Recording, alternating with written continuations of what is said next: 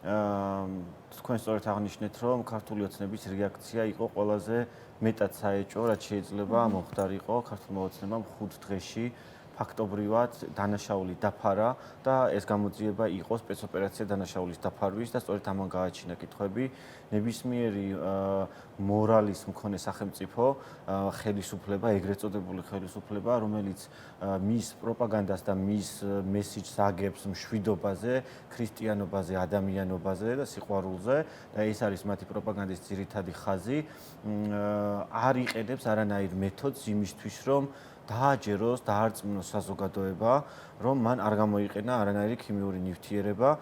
5 დღეში წარმოუდგენელია მათ არც კი უსაუბრიათ იმ ადამიანებთან, ვინც დაზიანდნენ, არ ჩაუტარებიათ კლინიკური კვლევა, არ გამოუთქვა სურვილი ამ ადამიანებთან ქონოდათ ინტერვიუები, არ მოისურვეს საერთაშორისო გამოძიების მოწვევა იმისთვის, რომ თავისი სიმართლე დაემტკიცებინათ, ან ეჩვენებინათ, რომ ინტერესი აქვთ ხალხის მიმართ, ადამიანების მიმართ, იმ ადამიანების, ვისაც იცავენ როგორც თვითონ ამბობენ და ყველაფერი გააკეთეს თემის მოსაკლავად, გასაჩერებლად და დასახურად. ეს იყო მათი ამოცანა. იმიტომ რომ ქართულ ოცნებას აშკარად აქვს ისეთი ნივთიერება გამოყენებული, რომელიც არის მომაკვდინებელი ან რთული ჯანმრთელობისთვის გრძელვადიან პერიოდში. ჩვენ არ ვიცით ზუსტად რა კონცენტრაცია გამოიყენეს, რა რაოდენობა გაურიეს, რა შექმნეს თავად არ ვიცი მათ ეგრეთ წოდებულ ლაბორატორიაში, არავინ არაფერი არ ვიცი და ცხადია ეს აჩენს ეჭვს, აჩენს საფუძვლიანებს და ეს გამოძიებაც, BBC-ს გამოძიებაც იყო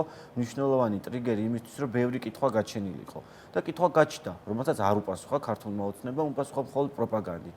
ჩვენი ამოცანა რა არის? ანუ ჩვენ ნებისმიერი ქართველი, ვინც პროტესტში არის, ნებისმიერი ადამიანი, ვინც პასუხისგებლობას გრძნობს ხალხის წინაშე, შვილების წინაშე, ვალდებულია იცოდეს რა ნივთიერება გამოიყენეს, იმიტომ რომ ეს არის ჩვენი მომავლის, როგორც თქვენ აღნიშნეთ და თქვით, ექსპერტები ამბობენ, რომ ამ კონკრეტული ნივთიერების გამოყენების შემთხვევაში შეიძლება დადგეს უშვილობის პრობლემა, შეიძლება დადგეს გრძელვადიან პერიოდში სიმსივნის განვითარების პრობლემა. ანუ ჩვენ თუ არ ვიცით რა გამოიყენა ქართულმა ოცნებამ და ჩვენ თუ არ დავიცავთ ჩვენს ჯანმრთელობას, ჩვენ ვერ დავიცავთ ჩვენ თუნდაც გენოფონდს, რომელიც პირდაპირ კავშირში არის, რასაც ექსპერტები ამბობენ, ხო?